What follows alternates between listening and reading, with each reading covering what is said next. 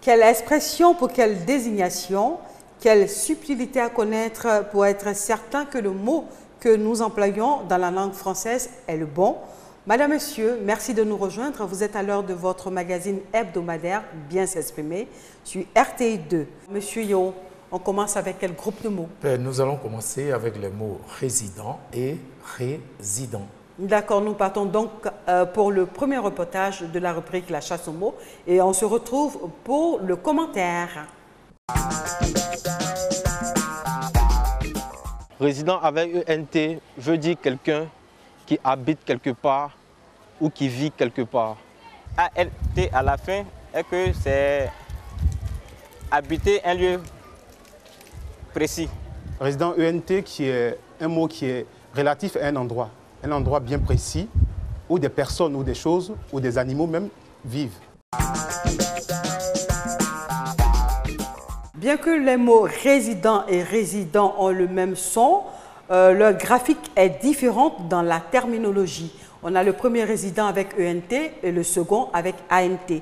Alors, comment employer ces mots sans hésiter, Monsieur Yo? Ce sont deux homophones, ces deux mots, résident et résident. Alors, le premier qui est résident, qui a pour désinence ANT, c'est le participe présent du verbe résider. Il peut être également un adjectif verbal.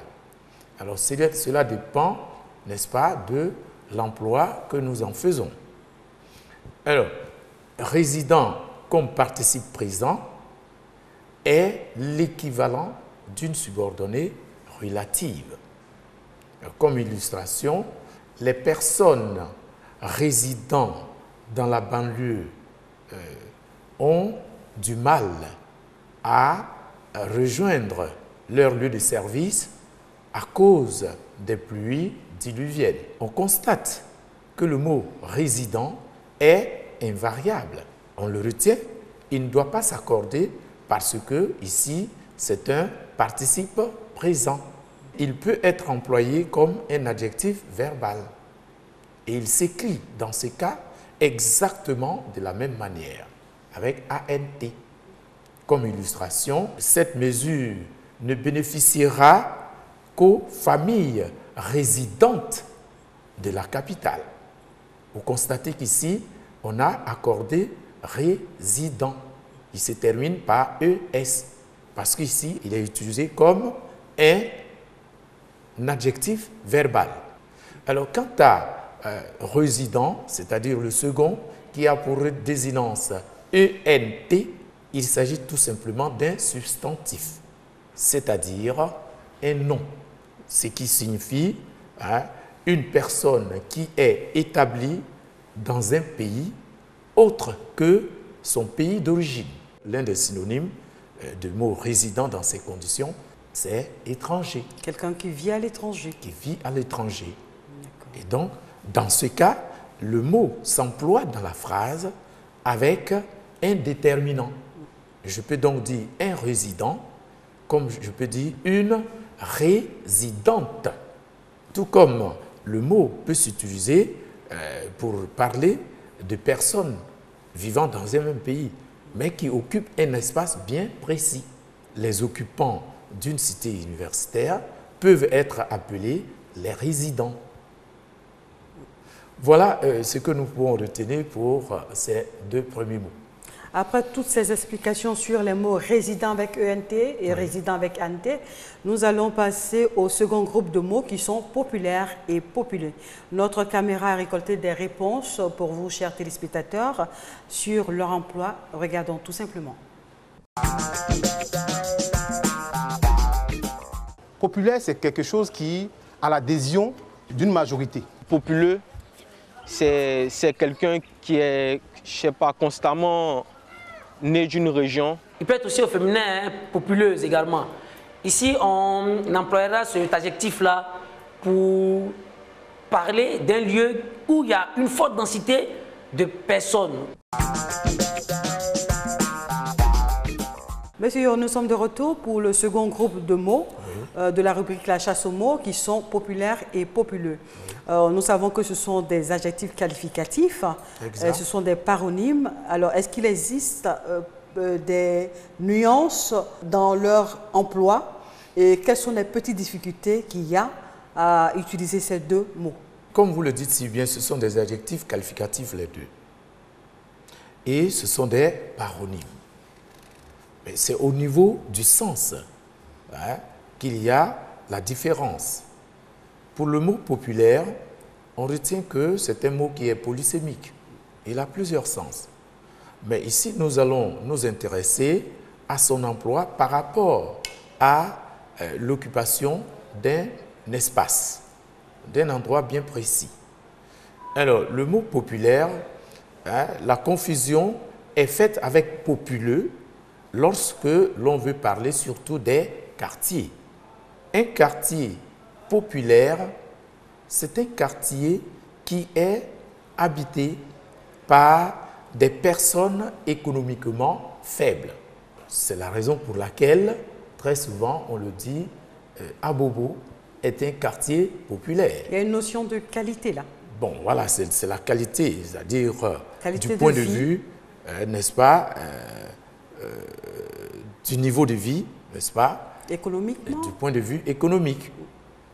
Alors maintenant, la réalité, est-ce que véritablement ceux qui habitent ce quartier sont tous économiquement faibles? C'est une autre interrogation. On retient que populeux, lui, il signifie tout simplement un quartier où la population est dense.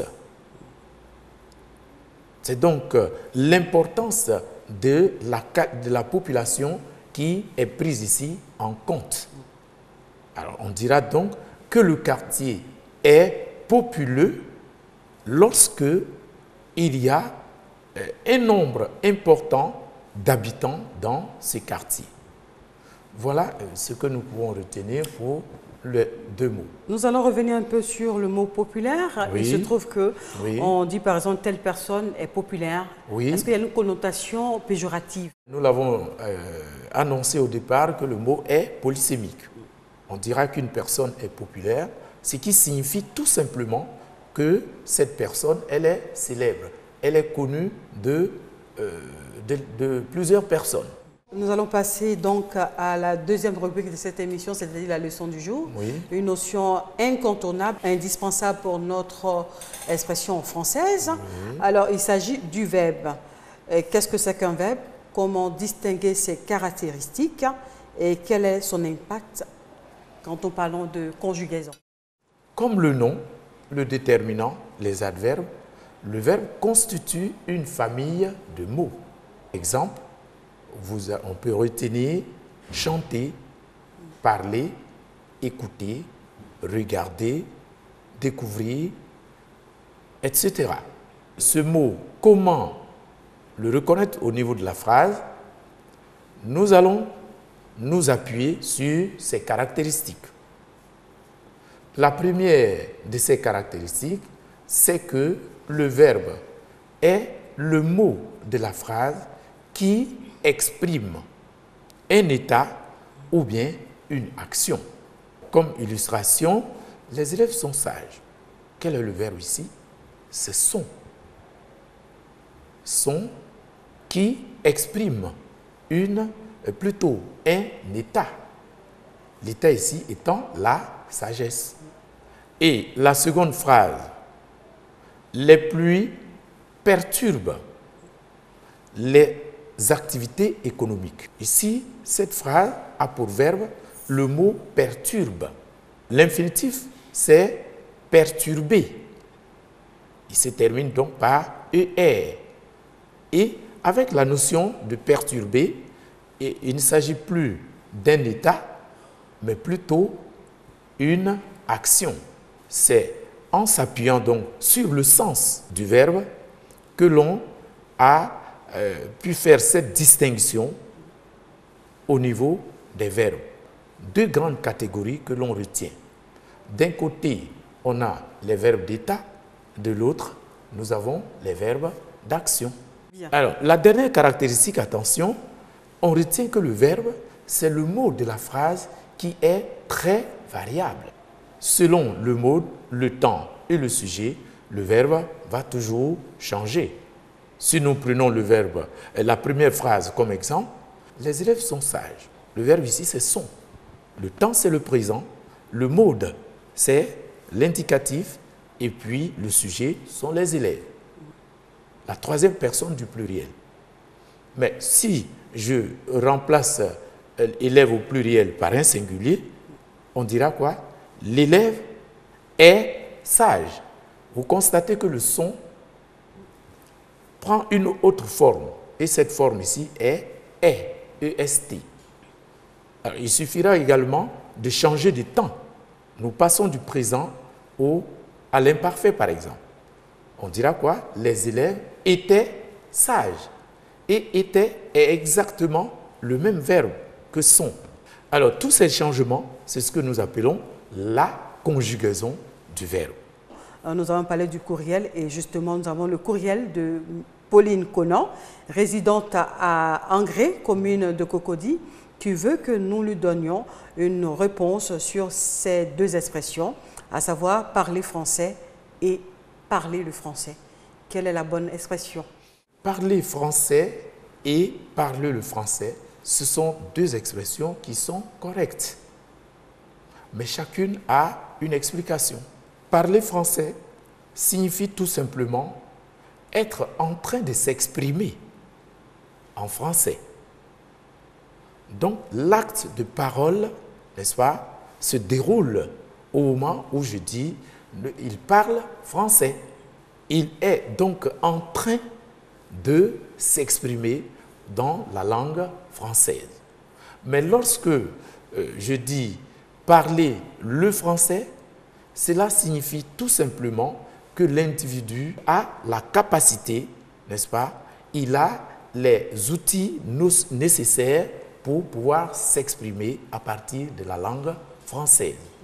Vous, par exemple, Caroline, vous êtes polyglotte, cela signifie que vous parlez le français, l'anglais, le portugais, l'espagnol, le baoulé, etc. Le sénoufo aussi. Pourquoi pas? Ce qui veut dire en clair que vous êtes capable de vous exprimer dans chacune de ces langues. Nous allons terminer ce rendez-vous de cette émission Bien s'exprimer avec le courriel de Maryse Dibi qui voulait qu'on se penche sur sa préoccupation qui est la suivante. Elle est intervenue après que le maire ait prononcé son discours.